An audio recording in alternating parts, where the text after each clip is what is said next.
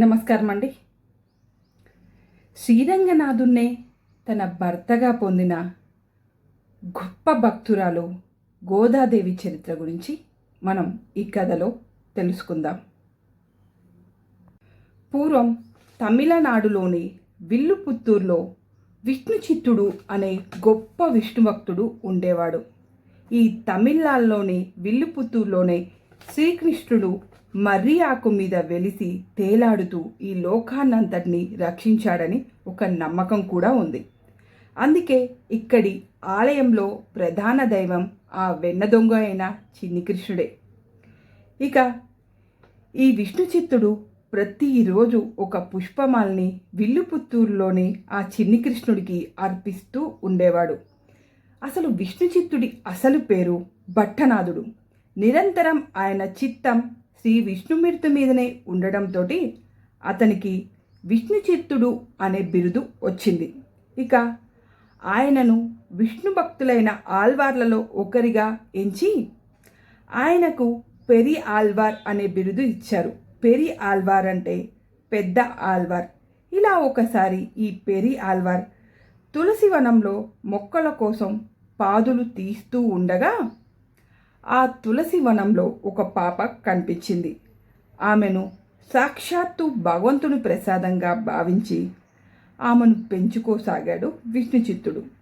ఆ సమయంలో ఆమెకి కోదై అని నామకరణం చేస్తాడు. కోదై అంటే పూలమాల అని అర్థం. కోదై అన్న పేరే క్రమంగా గోదాగా మారింది. గోదాదేవి చిన్ననాటి నుంచి ఆ కృష్ణుని లీలలను వింటూ ఆడుతూ పాడుతూ పెరిగింది. యుక్త వయసు వచ్చేసరికి ఆ భక్తి కాస్త ప్రేమగా మారిపోయింది. కృష్ణుడే తన భర్త అనుకుంది. కళ్ళు మూసినా తెరిచినా ఆ నల్లనయ్య కృష్ణుడే కనిపించసాగాడు. తన చుట్టూ ఉన్న స్నేహితురాళ్ళంతా ఒకప్పటి గోపికలండి. తానుండే విల్లుపుత్తూరు ఒకనాటి గోకులమని భ్రమపడుతూ ఉండేది ఆ గోదామాత.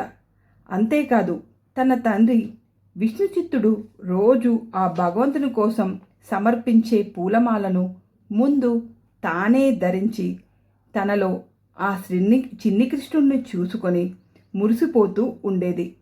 ఇలా సాగుతూ ఉంటుంది. ఒకరోజు గోదాదేవి పూలమాలను ధరించడం విష్ణుచిత్తుని చూసి ఎంతో భయపడతాడు, బాధపడతాడు. తన కూతురు చేసిన పని వల్ల ఇన్నాళ్ళు ఆ దేవదేవుని పట్ల అపచారం జరిగిందని వణికిపోతాడు.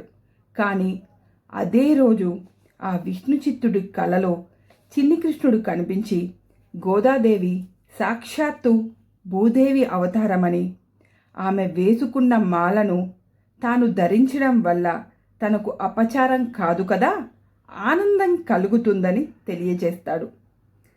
ఇలాంటి ఘటనలన్నీ గోదాదేవి మనసులో కృష్ణుని పట్ల మరింత ప్రేమను పెంచాయి. తన తండ్రి అయిన విష్ణుచిత్తుని కలలో శ్రీకృష్ణుడు చెప్పిన మాటల వల్ల పూర్తిగా ఇక నేను ఆ చిన్ని కృష్ణుడి కోసమే పుట్టాను అనుకొని ఎంతో సంతోషపడుతూ ప్రతిరోజు ఆయన్నే తలుచుకుంటూ బ్రతుకుతూ ఉండేది గోదాదేవి. తన వివాహం అంటూ జరిగితే ఆయనతోటే జరగాలని పట్టుబట్టి కూర్చుంది. అందుకోసం ఒకప్పుడు గోపికలు చేసిన కాత్యాయని వ్రతాన్ని మొదలుపెట్టింది. ఈ వ్రతం చెయ్యాలంటే ఆహారానికి, అలంకారానికి సంబంధించిన ఎన్నో కఠినమైన నియమాలని పాటించాల్సి ఉంటుంది. అలా గోదాదేవి తాను వ్రతాన్ని పాటించడమే కాకుండా తన చెలికత్తల్ని కూడా ప్రోత్సహించింది తనతో పాటు వ్రతాన్ని చేయడానికి. గోదాదేవి తన స్నేహితురాలను మేలుకొల్పేందుకు, వారికి వ్రత విధానాలను తెలిపేందుకు, తనలో కృష్ణ భక్తిని వెలువడించేందుకు 30 పాశురాలను పాడింది గోదాదేవి. అవే ధనుర్మాసంలో ప్రతి వైష్ణవ భక్తుని ఇంట్లోనూ వినిపించే తిరుప్పవై. ఇలా సాగుతున్న గోదాదేవి ప్రేమకు ఆ కృష్ణ పరమాత్ముడు అంతటి వాడే లొంగక తప్పలేదు. దాంతో ఆయన ఒకరోజు విష్ణుచిత్తుని కలలో కనిపించి గోదాదేవిని తీసుకొని శ్రీరంగానికి రమ్మని చెప్తాడు. అక్కడ రంగనాథుడిగా వెలిసిన నేను గోదాదేవిని వివాహం చేసుకుంటానని చెప్పాడు.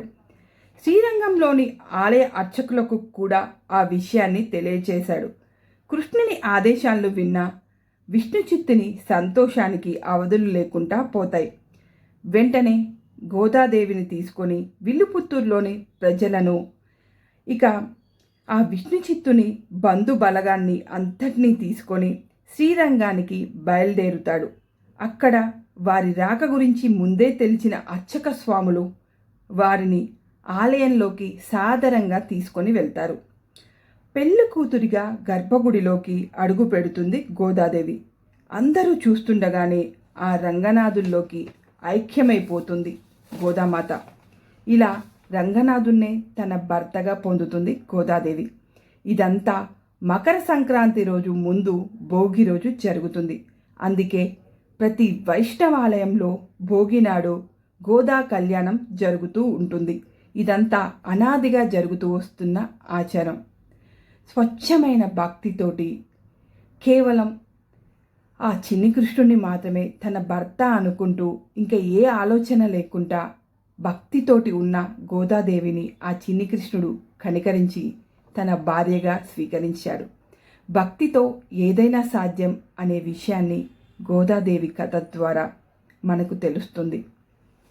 సర్వే జన సుఖినో భవంతు.